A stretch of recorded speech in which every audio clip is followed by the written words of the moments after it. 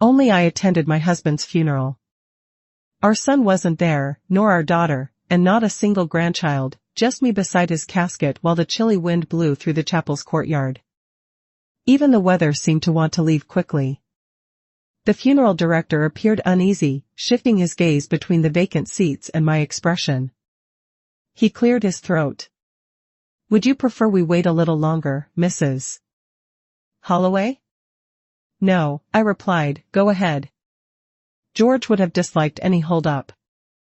Even at the end, he was punctual, taking his medications on schedule, tuning into the evening news at 6 sharp, arranging his slippers neatly before he went to bed. He was a man of routine, a man of honor, now resting alone. I occupied the front row, with all 5 seats around me unfilled. The pastor delivered the scriptures without any passion. The flowers were overly bright, the coffin too shiny. I couldn't help but think about how George would have found it amusing. Then he would have looked around with a frown, wondering where on earth the kids were. Where were they? That morning, I received a brief message. Our son Peter dropped a quick note. "Sorry, Mom. Something came up. Can't make it." No details. No phone call. I envisioned him at work, or more likely on a golf course with clients, acting as if he could ignore the day's heaviness, as if his father's passing was just a minor item on a hectic agenda. Our daughter, Celia, hadn't contacted me at all. 2 days earlier, she had left a cheerful voicemail. "Mom, I really can't cancel my nail appointment, and you know how anxious I get about rescheduling. Tell Dad I'll see him next week." Next week? As if the deceased can wait. After the service, I followed behind the bearers alone. I didn't shed any tears. Not because I wasn't mourning. I had been grieving for months, but there exists a kind of sorrow so profound, it remains still within you like an anchor. That day, I was already overwhelmed by it. The cemetery was mostly empty. An elderly groundskeeper observed from afar, his hand resting on a spade. The coffin was lowered, and prayers were murmured. Dust met wood and would embrace silence. I lingered for a moment after the others departed. My heels sank a little into the soil, and I felt the wind brush against my coat. The headstone would come later, for now, there was merely a simple plaque with George's name. George Holloway, cherished husband and father, forgotten. The term echoed in my mind like a pebble in a shoe. Forgotten. Returning home, the silence was deafening. His recliner remained undisturbed, his slippers positioned side by side, and the TV remote exactly where he had left it. I stared at it for a lengthy spell. Then I headed to the kitchen, opened a bottle of wine, a nice one I had kept for guests, and poured myself a glass. I retrieved my phone and opened Instagram. I don't usually scroll through it, but something urged me to. Me to observe. Celia's account was accessible to everyone, of course. She had shared a picture 2 hours prior. Of herself and 3 friends, each holding drinks, enjoying their middle age. The caption read, "Girls' Brunch. Unlimited. Mimosas. Enjoying our best moments." Peter had also shared something. A photo of the 9th hole. His new driver shone brightly in the sunlight. Impressive swing. Ideal weather. Agreement struck. I gazed at the display until it became indistinct. Then I switched off the phone, took another sip of wine, and looked at the picture hanging on the wall. George and I celebrated our 40th anniversary, standing next to the rose bushes he had planted himself. They used to bloom in vibrant red. Now they were empty. Tomorrow, I resolved, I would contact the lawyer. I would make changes discreetly, with the same grace George had embraced in life. Because if I were the only person to attend his final farewell, I would also be the one to fulfill his last wishes and those of others. That evening, I found myself alone in our kitchen, the same space where George used to expertly peel apples, cutting them into neat wedges and arranging them on a plate. He always gave me the finest piece. The one that received the most sunlight, as he liked to say. Now the fruit bowl was untouched, with a few overly ripe pears drooping under their weight. The quiet was something I knew well. George had been absent for almost 2 weeks before the funeral, and in that time I began to understand the feeling of being alone. However, tonight it felt heavier, louder, and harsher. I couldn't stop thinking about the vacant chairs, about Celia's lack of a message, or better yet, the fact that there was no message at all. I had brought up a daughter capable of observing her father being laid to rest from the ease of a brunch table. Had I let her down, or had she lost part of herself that could never be regained? Peter's message still remained. No punctuation, no kindness, simply a stark rejection in black and white. Something happened. Was it shame, apathy, or that kind of casual cruelty that you don't realize until it's too late? I poured another glass of wine, not from sadness, but from a sense of clarity. I strolled down the corridor to our bedroom and opened the top drawer of George's desk. His items were still neatly arranged. Envelopes, spare keys, and an old stamp collection. I reached behind the paperwork and retrieved the folder I kept concealed. Thin, tidy, wrapped with a rubber band. It was titled Estate. Inside were copies of our will, a list of beneficiaries, and our guidelines for what should happen to the house, the car, the accounts, and even the antique clock that George's grandfather had brought from Dublin. Everything was organized, reviewed by our attorney 2 years prior, with care and foresight. I sat on the edge of the bed and opened the folder. Peter was named as a co-beneficiary for the main investment account, which contained nearly $300,000 saved over a lifetime of labor and careful spending. Both he and Celia were included in the clause for the house transfer. Even the lake cabin, which they never visited but frequently inquired about when it was tax time, was reserved for them. I held the pages, my fingers shaking, not from age, but from something deeper. Betrayal has a heartbeat, and mine resonated loudly in my ears. I stood up, went to the closet, and took out a canvas storage bin. Inside were old photographs. Family gatherings, birthdays, holidays. George was holding the kids when they were young. I was on the porch, laughing. Celia was pulling at my sleeve. Peter was dozing in George's lap. A book lay open on his chest. We used to be a family.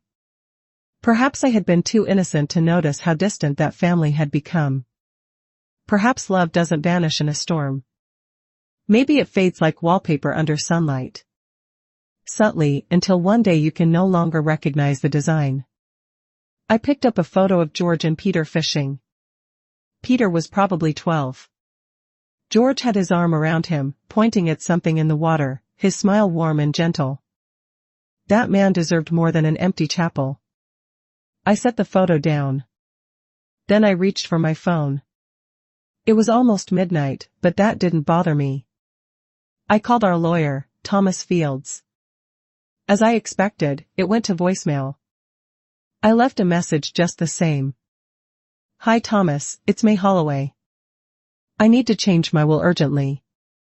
Please call me in the morning. After hanging up, I paused for a while by the window. The moonlight illuminated the tops of the rose bushes outside. They had faded since George died, not due to neglect, but it seemed like they were mourning with me. I knew I should trim them, so they could grow back healthy. But not tonight. I let the old petals drop. Tomorrow, I will start removing what doesn't belong. The lawyer's office had the scent of old books and eucalyptus cleaner. It felt like a place where time slowed down and silence felt heavy. Thomas Fields had been part of our lives for over 3 decades. He took care of our first mortgage, George's business license, the title to the lake house, and ultimately our estate planning. He was reliable, accurate, and like me, a bit weary of those who grinned when they wanted something. He glanced up as I walked in, standing from his chair with a look of gentle surprise. May, he said while fastening his jacket. You're here quite early. I couldn't wait, I replied, settling into the leather chair across from him.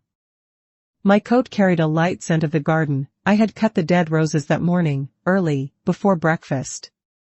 Pruning always brought me a sense of calm. There was something true about removing what no longer had purpose. I received your message, Thomas said, taking a seat. You mentioned wanting to change your will? Yes, I confirmed. Peter and Celia should be completely taken out. He hesitated, not in shock, but out of concern. Are you certain? I met his gaze. I buried my husband by myself. Our children didn't show up.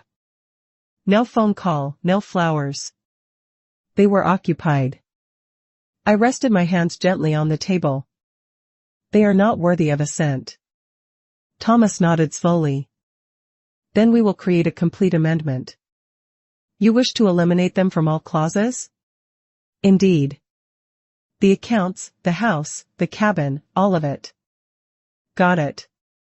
He opened a legal pad and started to neatly write down notes. Do you want to assign the assets to someone else? I thought of Ethan, my grandson, the son of Celia, the only one who came to see me without asking for anything. He mowed my lawn in July, not out of obligation, but because he believed I shouldn't be out there sweating. He brought me library books and asked for my thoughts on them, and he once remarked, "Grandma, I enjoy talking to you more than my friends." I took a deep breath. Yes, I replied. I want to establish a trust for Ethan. I wish for him to inherit the house, the cabin, and the rest of the estate. I want it to be set up carefully, safeguarding it from his parents. That can be done, Thomas said in the kind of professional manner I valued. We will establish an irrevocable trust in Ethan's name. He will not gain full access until he turns 30, except for education or medical needs. Does that seem good to you? It sounds ideal.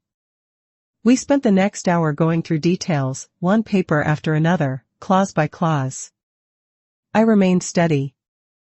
After burying your husband yourself and standing by an open grave with no child around, a pile of legal papers doesn't intimidate you. Nothing minor can reach you after such experiences. As we approached the conclusion, Thomas glanced up from his desk once more. I must say, this isn't something many people your age manage so smoothly. Most prefer to forgive and maintain harmony. I have sustained the peace for 80 years, I replied softly. And it crushed me long before it laid George to rest. He didn't ask any further questions. By the time I departed the office, the sun was just starting to brighten the sidewalk. I stood outside for a moment, letting the October breeze touch my face. I felt no sadness. I wasn't angry anymore either. I was simply finished. Finished waiting for my children to become the people they never planned to be. Finished confusing obligation with love. Finished writing emotional checks and expecting anything back other than silence. My footsteps rang out as I made my way back to my car. The leather seat felt warmer than normal. I paused there, hands on the steering wheel, observing people hurry past on the street. A woman walked by with her daughter, hand in hand, sharing a laugh. I didn't envy them. I merely noted the moment. Like an old favorite song that I no longer listen to. That night, I slept without the TV, without a book, and without George's old sweater that had sat beside me since the hospital. The silence lingered. But it didn't hurt. Not anymore. The file cabinet situated in the hallway featured 3 drawers, each marked clearly in George's consistent block letters. House, taxes, family. The last was designated for me. I retrieved it carefully, the metal creaking slightly, as if it hesitated to relinquish its secrets. Inside were countless folders, receipts, copies of checks, letters from banks, and even old Christmas cards nestled among loan documents. I preserved everything, not out of a fixation, but because I valued transparency. Paper doesn't deceive, and that drawer held enough reality to spark a forest fire. I settled at the kitchen table, pushed aside the folder marked Peter, Education and Business, and opened Celia's, Home and Lifestyle. The handwriting was mine. It was more organized years ago but is still readable now. I began with a check for $15,000 from 2003. Celia's wedding. It's a simple ceremony, Mom. We just want a nice place. That place included chandeliers and lobster rolls accompanied by a string quartet. A $7,800 transfer in 2007. The roof is leaking, Mom. The baby's crib is soaked. I took care of it within an hour. $12,000 in 2011. New braces for Ethan. $5,000 in 2013. He wants to attend a summer robotics camp. It's really important, Mom. A year later, when Celia called in tears because her husband had lost his job, I sent her another $20,000. No questions asked. You always save us, she said softly on the phone. We have no idea what we would do without you. I believed her. Peter's folder was more extensive. $25,000 in initial funds for a promising startup that collapsed in less than 6 months. George advised me against sending it. I did it anyway. A used car, a down payment, 3 semesters of graduate school. I covered hospital expenses when his second daughter arrived and paid the insurance after the first one broke her arm. When Peter fell behind on taxes, I wrote a check without informing anyone. Now, as I reviewed it all, line after line, I questioned when I had become their safety net. Or perhaps it had always been this way, and I was just too eager to catch them when they fell. They never once declined my assistance. However, they had declined to come and bid farewell to their father, which was something that words alone could not remedy. I returned the documents to the cabinet, keeping back only one. I held on to the envelope labeled Ethan. Within it was a note he composed when he was just 11 years old. It was carelessly written in pencil and folded in half. Grandma May, thank you for showing me how to make pancakes. I believe you are wise and funny. Someday, I'll look after you like you look after me. I kept that paper in my hand for quite a while. Now he was 19. I was uncertain if he recalled writing that note or if it still meant anything to him, but it certainly meant something to me. I had intended to be equitable, to share everything fairly. That's what people often say, right? Be just. Avoid favoritism. But what if being fair wasn't about being the same? What if fairness meant passing on your legacy to the one person who recognized you as a human being and not merely a resource? George used to say, legacy isn't just what you leave behind, it's who you leave it to. I once thought he was only talking about money. Now I realize that wasn't what he meant. That day, the house felt smaller, not because it had changed, but because I began to see it without the weight of past memories. For many years, I kept all the little gifts the kids ever gave me, handmade cards, macaroni frames, sparkly mugs. Yet, love isn't found in physical things. It's expressed through actions. Recently, their behavior had consistently conveyed the same message. You are helpful, not cherished. That afternoon, I packed 3 cardboard boxes filled with the children's old presents. I wasn't planning to discard them. Not yet. Just making room. Room for something new to develop. That evening, I abstained from wine. I didn't require bravery anymore. I brewed tea, real tea, the kind George favored. Loose leaves in an actual pot, steeped perfectly. I took it to the living room and settled down in silence, legs folded beneath me, the scent of bergamot gently filling the air, and for the first time in a long while, I sensed the start of tranquility. The call came just after noon, a familiar voice I hadn't heard in months, soft and somewhat uncertain. Grandma Ethan. I shut the ledger in front of me. I had been going over the utility bills, getting ready to terminate some services for the lake cabin. The one Peter never utilized but always referred to as an asset. It no longer felt like an asset to him. Hello, darling, I said, making sure to keep my tone calm. Is everything okay? There was a pause. Then I heard about Grandpa. I apologize for not calling earlier. I waited, not to punish him, but because I needed to determine if his next words were sincere. I didn't learn he had passed until 2 days ago, Ethan said quickly. Mom never informed me. She mentioned he was ill, but not that he was gone. I remained completely still. He had passed close to 3 weeks ago. Ethan, I understand, he softly spoke. I apologize. For a brief time, there was silence between us. I sensed something unspoken in his stillness. It wasn't exactly guilt, it was deeper, a sense of loss. Genuine sorrow. The sort that cannot be feigned. I wanted to visit you, he continued. If that's all right. I let out a breath. Of course, that's fine. An hour later, he came by, taller than I recalled, a bit scruffy, with a hint of fresh laundry and tension lingering around him. He embraced me as young people do when uncertain of their welcome, one arm tentative at first, then fully committed when he noticed I didn't step back.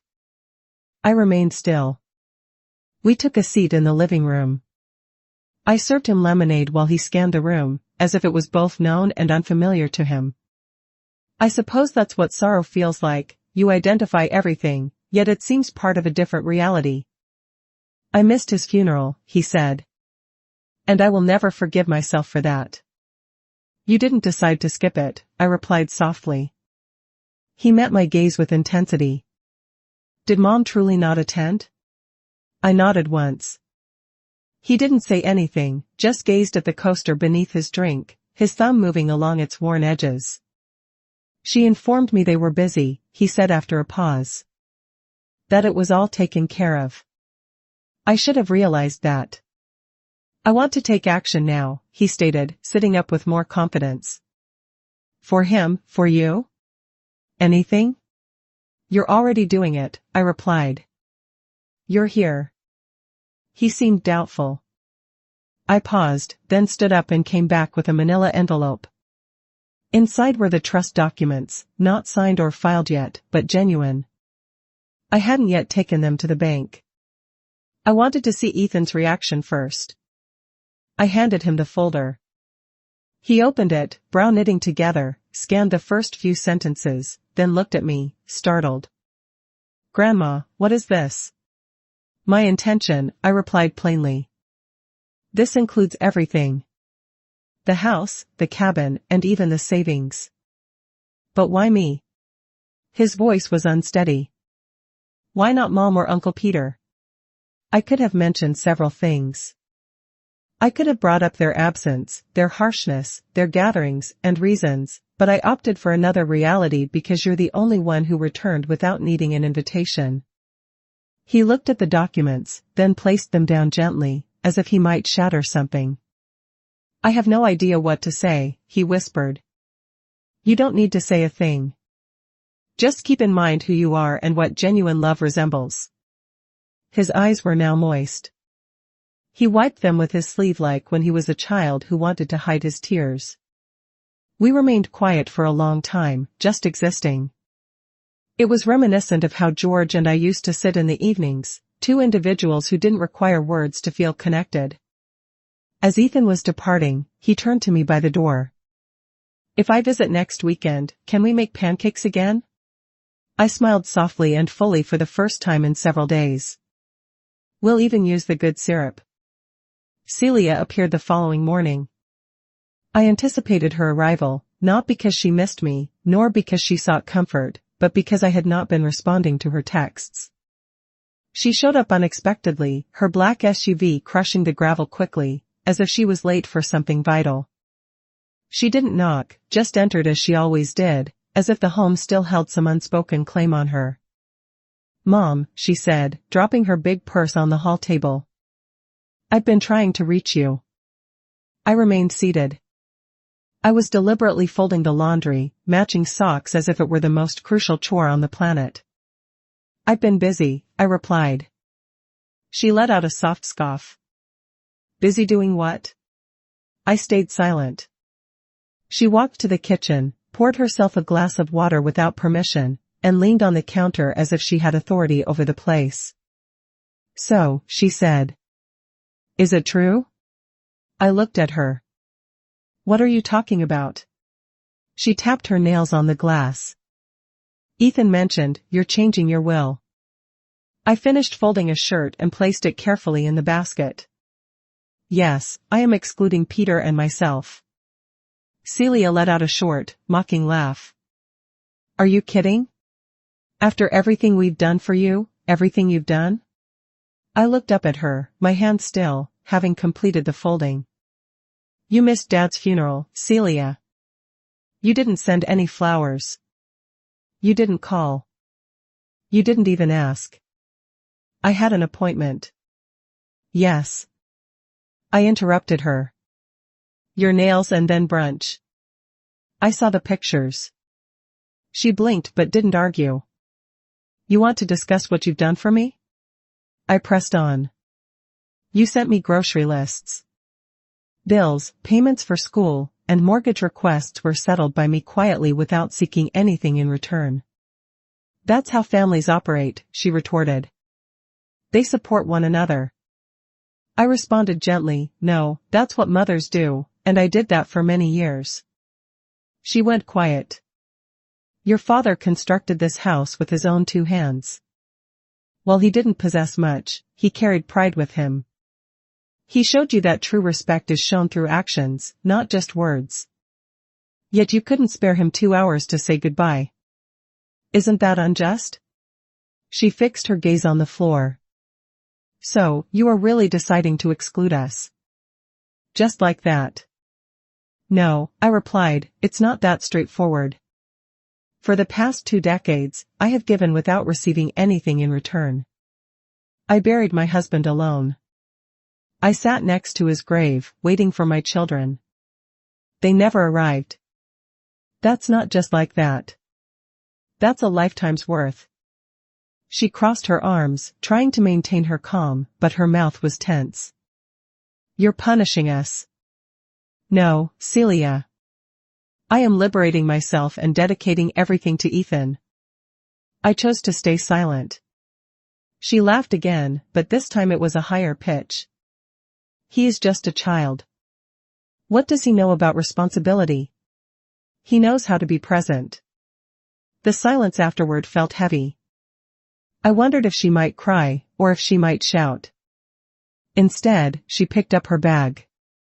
Well, she said, fixing her sunglasses. I hope this gives you a sense of power. No, I said quietly. It gives me a sense of peace. She departed without saying anything more. I waited until I heard her car leave before picking up the trust documents from the dining table and placing them next to the folded laundry. Later that evening, I discovered a letter at my doorstep. It had no stamp or envelope, just wrinkled, smudged paper. You don't know what it's like to juggle everything. We did our best. We might have failed, but excluding us like this isn't the solution. I read it twice, then folded it and tucked it away in the miscellaneous drawer, because that's what it had become. Just another piece of paper. Too little, too late. Peter came the next day. He didn't burst in like Celia. He knocked twice, waited, and knocked again. I carefully opened the door, already aware that he would not be by himself, and indeed, he wasn't. Behind him was Meredith, his spouse, displaying her customary rigid smile and wearing a scarf too lavish for the weather. She nodded toward me as though I were a guest she'd reluctantly agreed to meet. Mom, Peter said, with a calm and practiced tone. Can we come in? I moved aside. He glanced around the house as if he were a visitor in a gallery of a life he no longer recognized. I guided them to the living room. They kept their coats on. I heard from Celia, he started, and from Ethan. I imagined that was the case. He cleared his throat. I think there's been some misunderstanding. I chose to remain silent.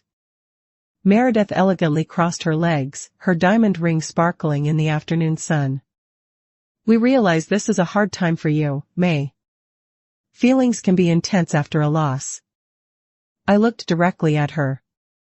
You didn't attend his funeral either. She blinked in surprise.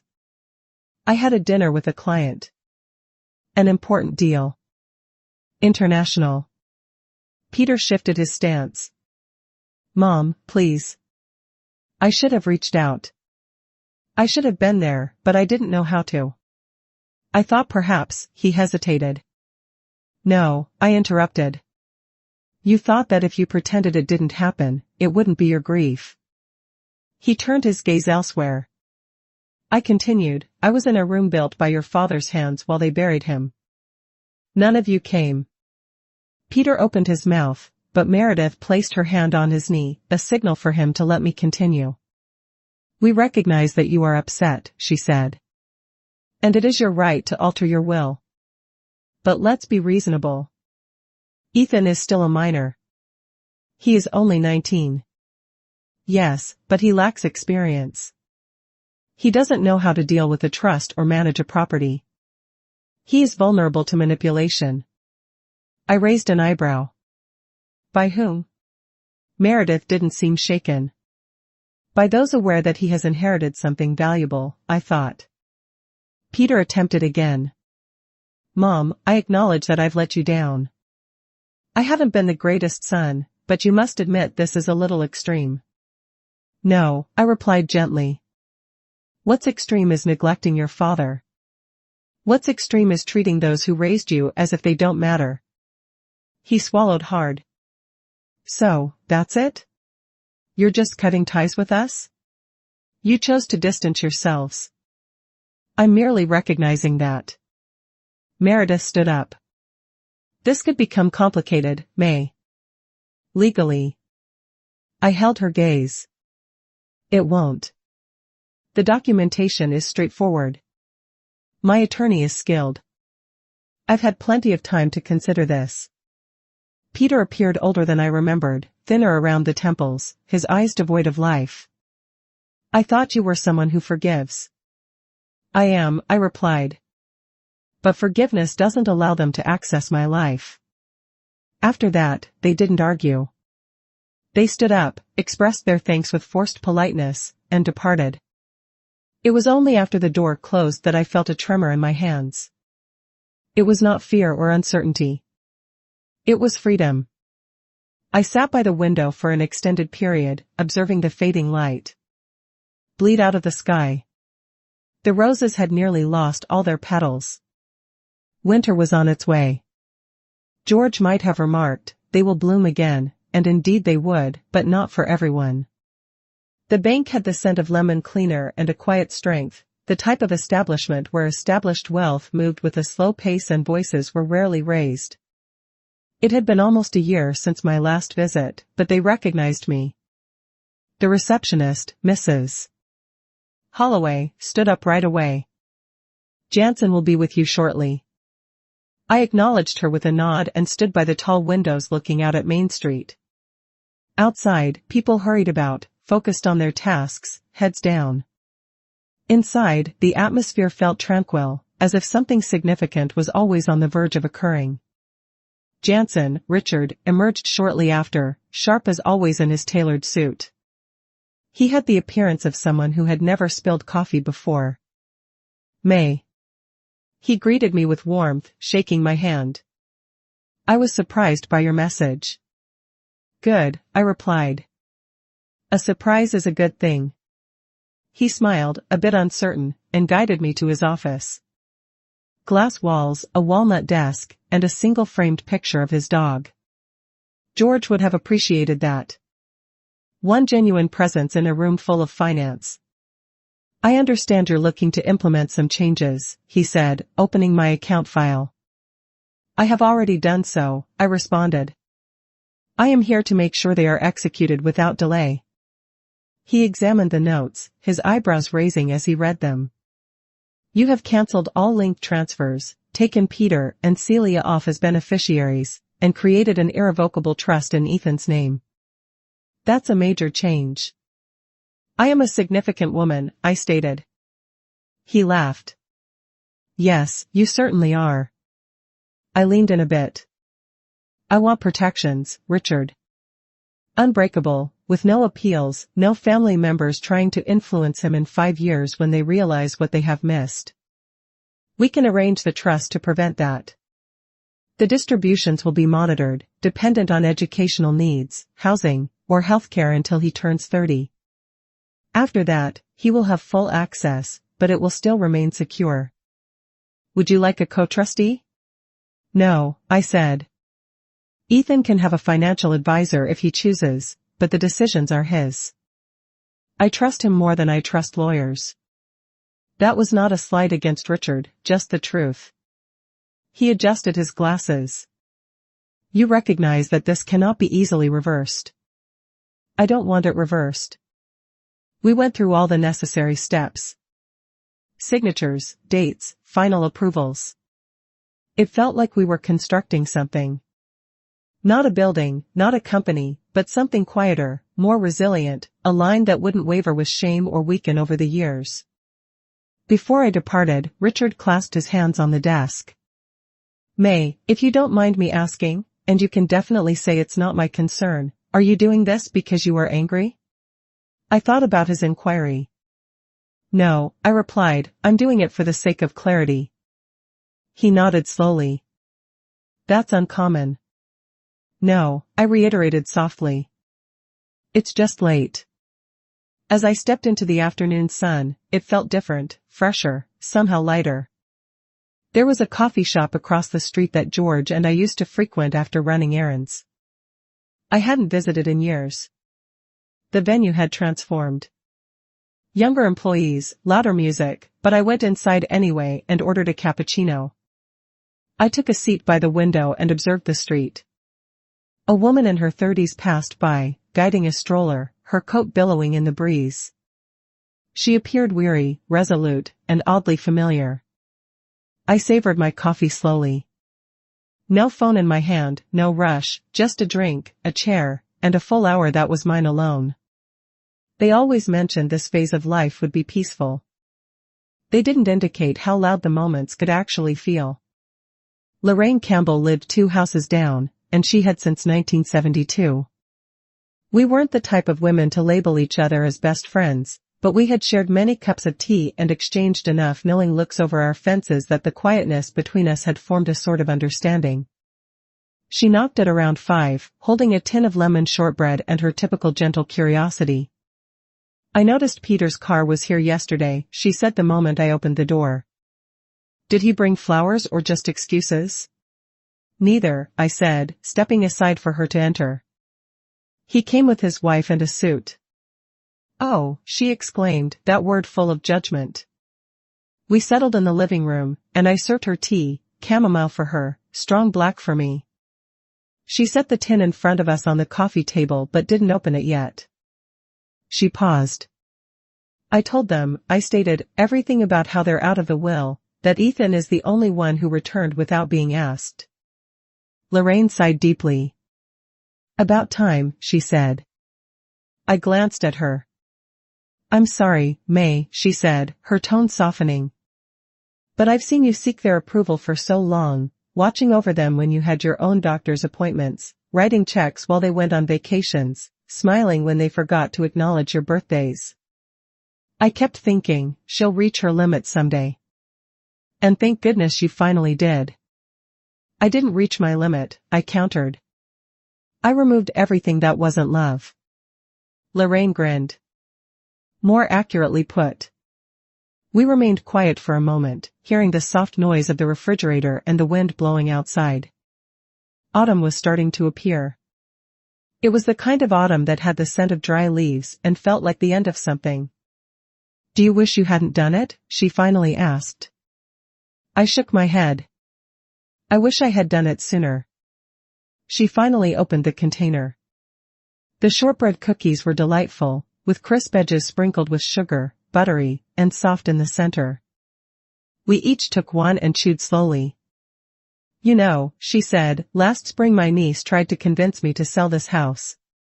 She said it was too much for me, that I should relocate to one of those retirement communities by the lake. They do everything for you, Auntie. She continued, laundry, meals, even group activities. And what was your response? I replied that I would rather stay in a house filled with mismatched mugs and my own quietness than move to a place that smelled like cleaning products and felt dull. I chuckled, a genuine laugh that came from a deep place. Lorraine leaned closer. You and I come from a time that understands the cost of endurance. We have worn ourselves down. We raised children who believe love is shown through gifts and that gratitude is not necessary. I nodded.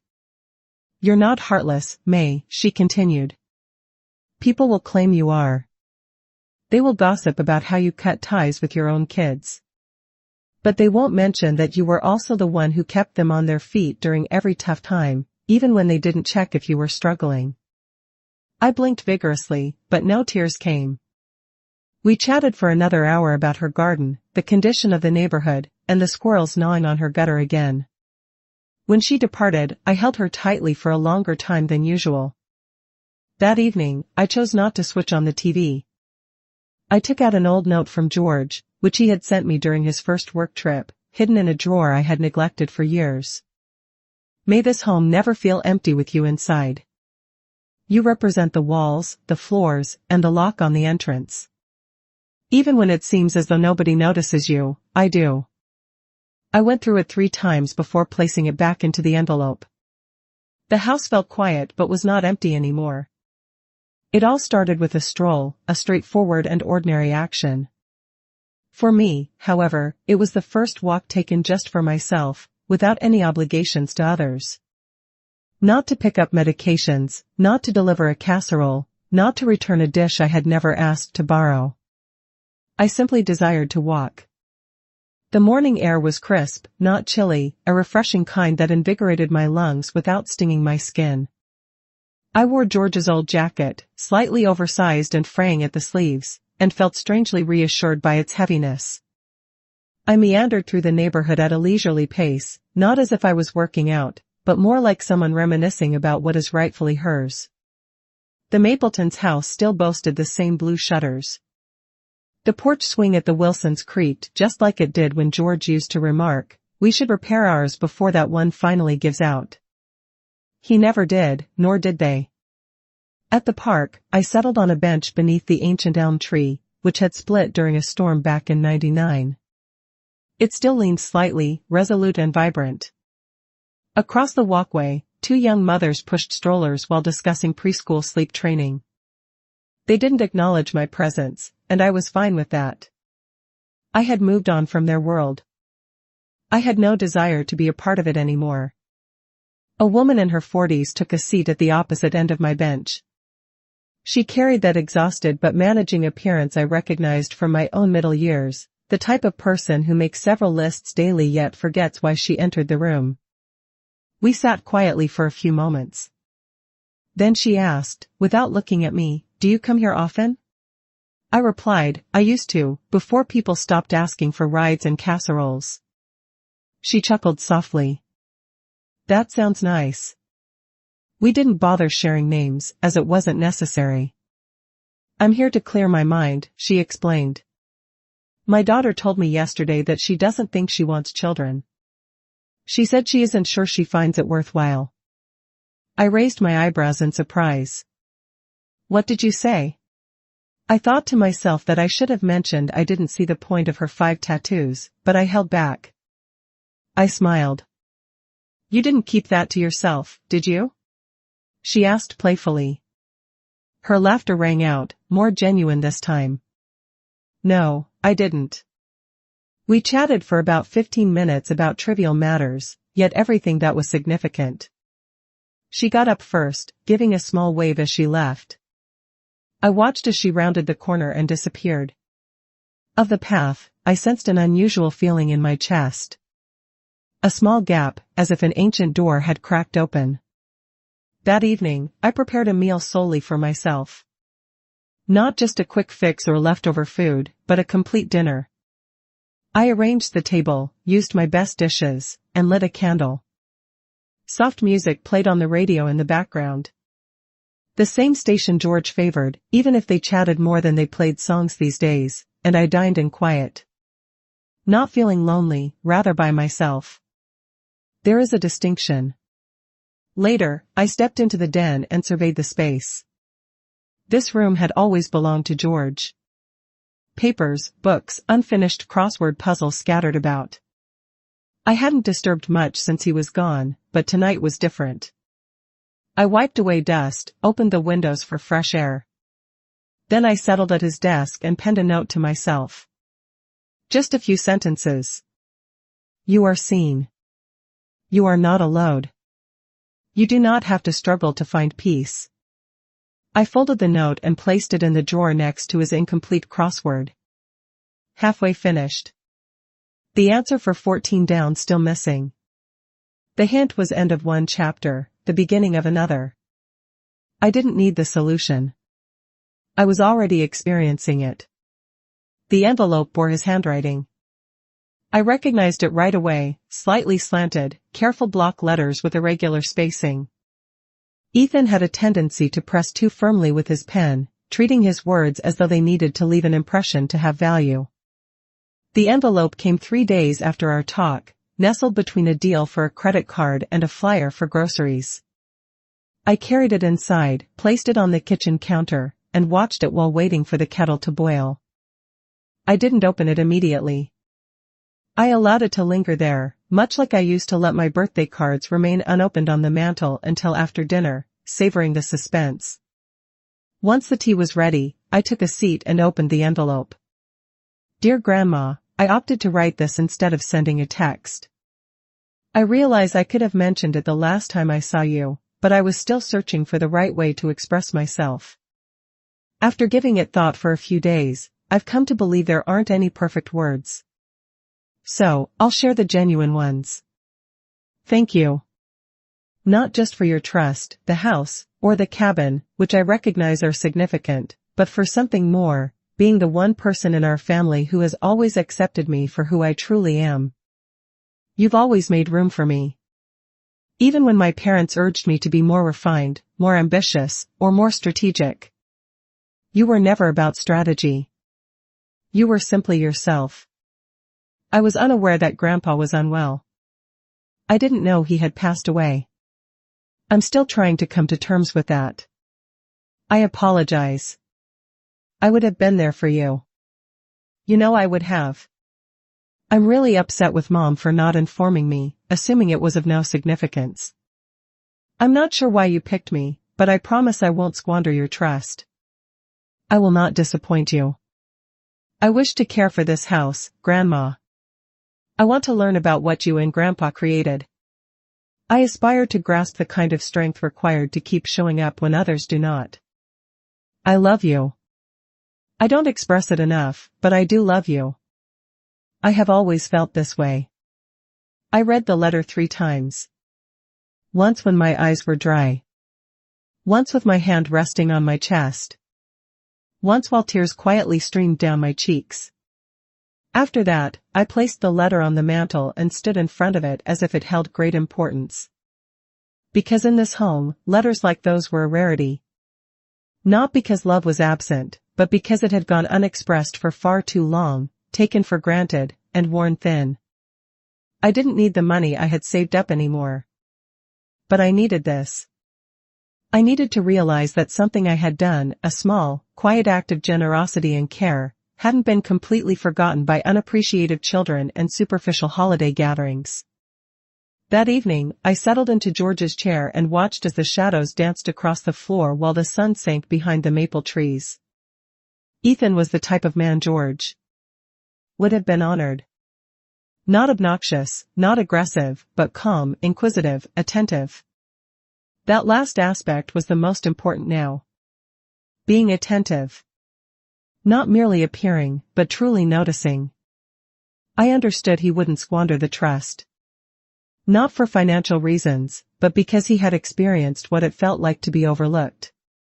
And such individuals do not allow things to decay in quiet. He would cultivate something with that trust. He would remember. I shut my eyes and heard the gentle creaks of the house as it grew cooler. Wood shifting, adapting, breathing. It was a sound that once made me feel alone. Now it resembled life moving forward, like a legacy softly calling back. Evenings now had a fresh cadence. No phone calls from Celia asking if I could quickly swing by the school to collect Ethan. Not because she relied on me, but because her yoga session ran over. No texts from Peter, inquiring if I would mind handling an unexpected car repair. It was never urgent enough to merit the anxiety, but always just enough to create stress. The quiet had turned soothing. That night, I set the table for just one. Not due to loneliness, but because I grasped the real difference between simply eating and truly being nourished. I prepared roast chicken. Authentic roast, not frozen or microwave prepared. I also made potatoes. I used rosemary from the garden that George had planted back when we thought weekends were meant for joy instead of chores. I lit a candle. It wasn't necessary, but I desired it. During dinner, the house was so tranquil that I could hear the clock ticking in the hallway. I recalled that clock from the first apartment George and I rented together. How loud it had been when we lay awake at night with no money, no insurance, no concrete plan except for each other. He always said, "We will create something even if it takes time." It was gradual, and it was lovely. After the meal, I washed the dishes slowly, without haste, without multitasking, not preoccupied with whether someone else might need the kitchen shortly. I dried them, put them away, and then I did something I hadn't engaged in for years. I moved to the music, not gracefully, nor for a long time, but it was sufficient. I switched on the old record player, the one George had tried to repair countless times until he finally quit and told me it had more character with its imperfections. He was correct. It skipped every third line, yet I still remembered the words. I danced in the living room without shoes, my arms slightly lifted, my body tense in areas I didn't even recall being tense. My knees reminded me of my 79 years. But my spirit felt young, just like when I was 20. I danced as if nobody was observing because, for a change, nobody was. No one was there to judge, to anticipate, or to wait until I stopped so they could request a payment, a favor, or something else. Just me, in the home I maintained, in the peace I had earned. I only paused when I noticed the fireplace cold and untouched, with a layer of ash remaining since the last winter George was alive. I got down on my knees, cleaned it out carefully, and swept the old ashes away. It felt like a ceremony, something almost sacred. I discovered a small note hidden in a basket of firewood I hadn't opened in years. It was in George's handwriting, brief and straightforward. Keep dancing, even if it's just in the kitchen. The world will attempt to make you forget your true self. Don't allow it. I sat back, my hands dusty, tears forming but not falling. He had understood.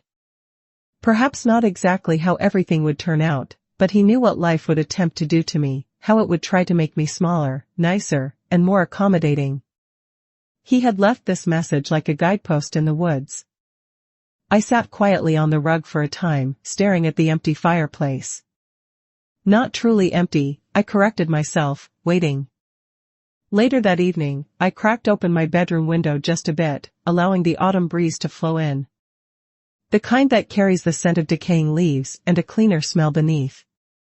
I lay beneath the quilt I crafted back in 1984 when George was putting in long hours, the kids were in school, and I thought being tired was a badge of honor. Now I see things differently. I now understand that peace is a more valuable standard. My body felt weary, but not in the old manner, not like how it did when the burden of other people's needs pressed down on me like a second skeleton. This was a good kind of tired. A deserving kind of tired. The sort that follows reclaiming something. Not a throne, not revenge, just a name. Mine. I didn't anticipate her arrival. When I opened the door to find Meredith standing there by herself, with no car in sight and no Peter following behind with a rehearsed apology, a peculiar silence enveloped me. She was holding a pie, a store-bought one. I raised an eyebrow. She gave a nervous smile. It's an apple. I stepped aside, not out of obligation. Show kindness, driven by curiosity, not duty. She entered as though familiar with the place but had never truly explored it. Her gaze skimmed the corridor, the artwork, and the coat rack made by George in 1981. The same one Peter had damaged as a child and lied about. George opted not to repair it, saying it had become part of our history. Meredith stood in the kitchen, feeling out of place. I didn't suggest she have tea. I didn't invite her to sit. I let the quiet fill the space. Eventually, she spoke. I didn't come here to ask for anything. That's good. I've heard what occurred. What you shared with Peter about the trust, the house, everything. I acknowledged her. You probably don't trust me, she added, her hands now gripping each other tightly. But I wanted to express my gratitude. That caught me off guard. Thankful for what, specifically? For not giving it to Peter. She lifted her gaze, and for the first time in all my years knowing her, I noticed something real, unscripted, and authentic. Peter never learned to be independent. She mentioned that he was raised with everything done for him. I tried to maintain that perception, but she halted, her eyes shimmering with emotion. You allowing this didn't aid him, nor did I. And now, it's just who he has become. I remained silent. She continued, I know he holds you responsible, and Celia does too, yet what they fail to acknowledge is that you were the one keeping it all together while they criticized your methods. I leaned against the counter, arms crossed. So why are you telling me this now? Because I'm exhausted, too, she murmured. We stayed in that quiet kitchen for a long time. No one shifted. The pie remained untouched between us.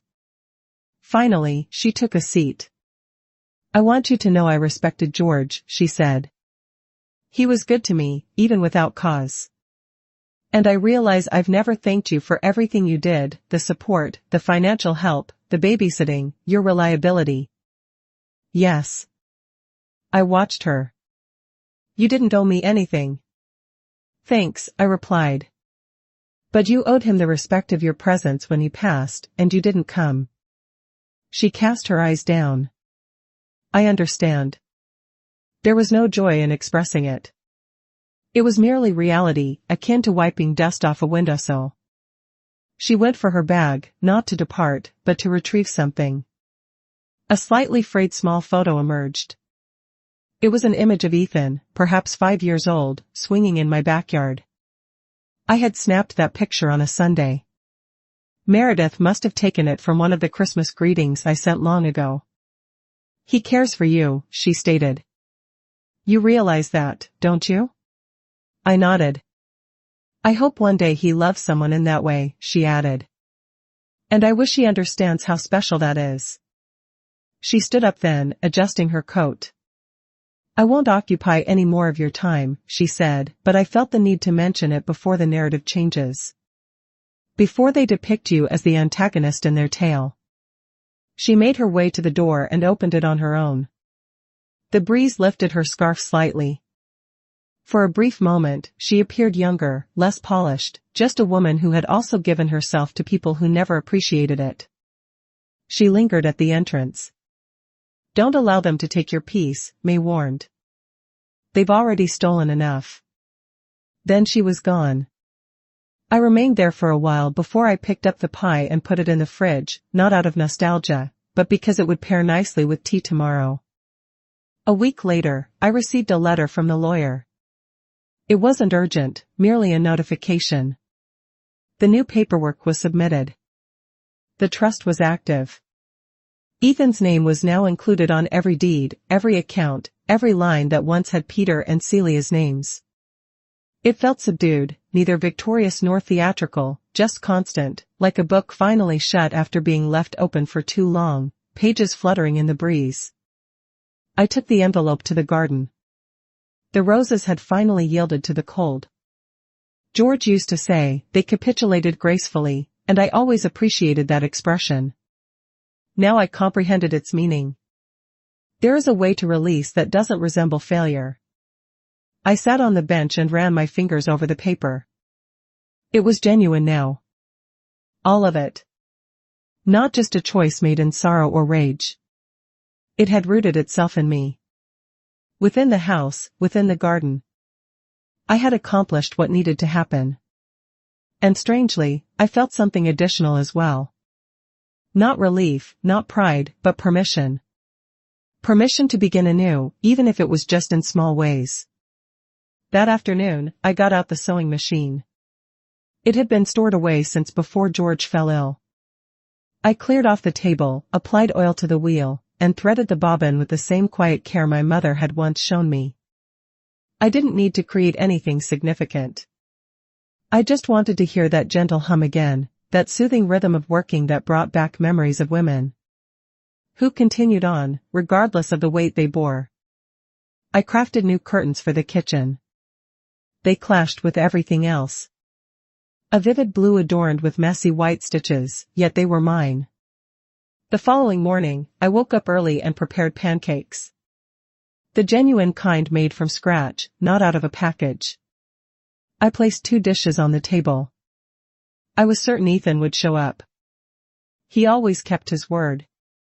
He came just after 9, carrying a grocery bag that wasn't on my list. I thought you might appreciate some fresh items, he mentioned. I smiled. Want to learn how to make them today? Yeah, he replied. I definitely do.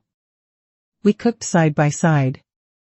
I demonstrated how to flip without ripping, check the pan's warmth with a splash of water, and fold the batter gently to maintain its airiness.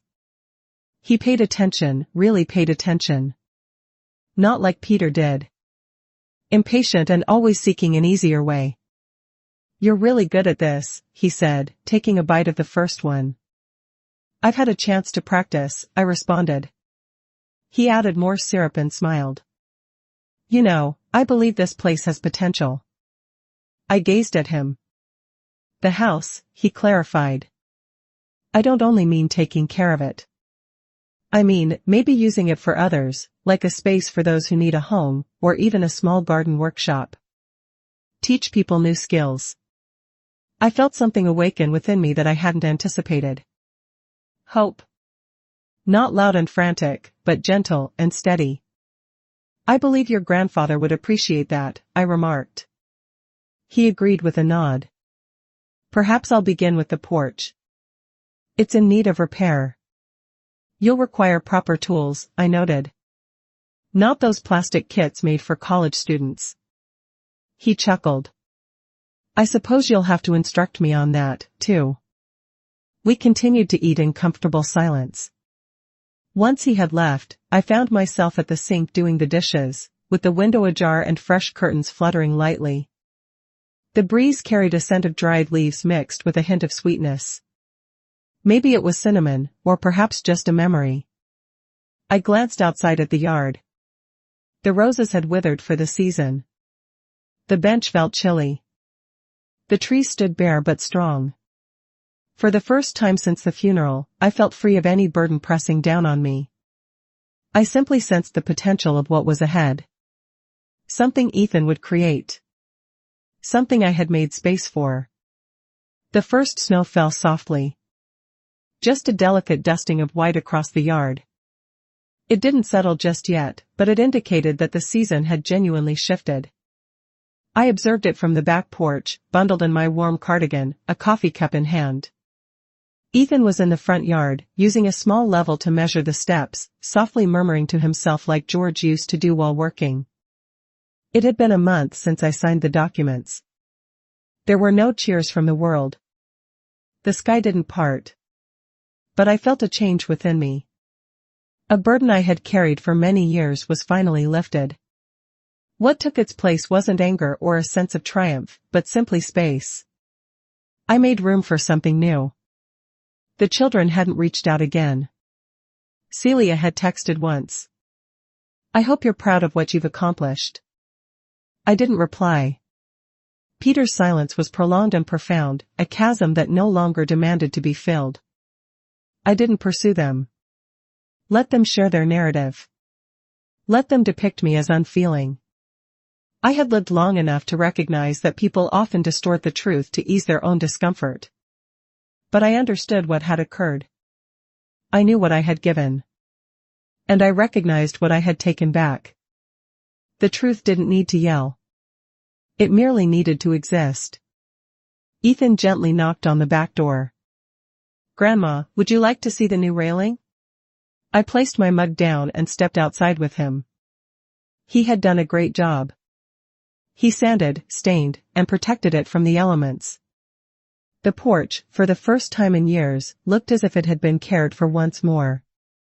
George would have mentioned that it tilted a bit to the left. I smiled. Ethan beamed. So do all of us in this family. I erupted with laughter, a sound that had been absent from my life for a long time. He stood next to me, drying his hands with a rag. I was thinking we could possibly begin a little garden in the front yard next spring. Not just flowers, but vegetables and herbs, something that flourishes. As I looked at him, I saw not only the boy I once tucked in, but the man who had chosen to be present. That sounds perfect. We entered the house. The chill is becoming more noticeable now. I prepared some soup. He repaired the noisy cabinet. I pointed out the location of the breaker box to him. He inquired about the insulation in the attic. We spent the day doing small yet essential tasks that compose a life. Not the moments you capture in photos, but the ones you realize you miss when they are no longer present. Later that evening, after he departed, I penned another letter. It was not intended for court or lawyers, but for my own sake, addressed to the woman I used to be. You held on longer than needed. You contorted yourself into shapes that were uncomfortable. You spoke softly when you should have been firm. You gave when it was better to refuse. However, you also loved passionately. That is not an error. Now, you are liberated. Free to move in kitchens joyfully. To plant something just for the joy of seeing it flourish. To say no without feeling guilty. To say yes without experiencing fear. To give only when it is merited, not because of obligation. You are not unkind. You are not resentful. You are clear-minded. And finally, that is sufficient. I folded the letter and put it in the same drawer where I had once stored old family photographs. Not to conceal it, but to acknowledge its presence. Like a lighthouse I had crafted for myself. Before heading to bed, I went outside one final time. The stars were bright, and the chill was more intense now. I gazed at the heavens and spoke softly. He would have felt proud.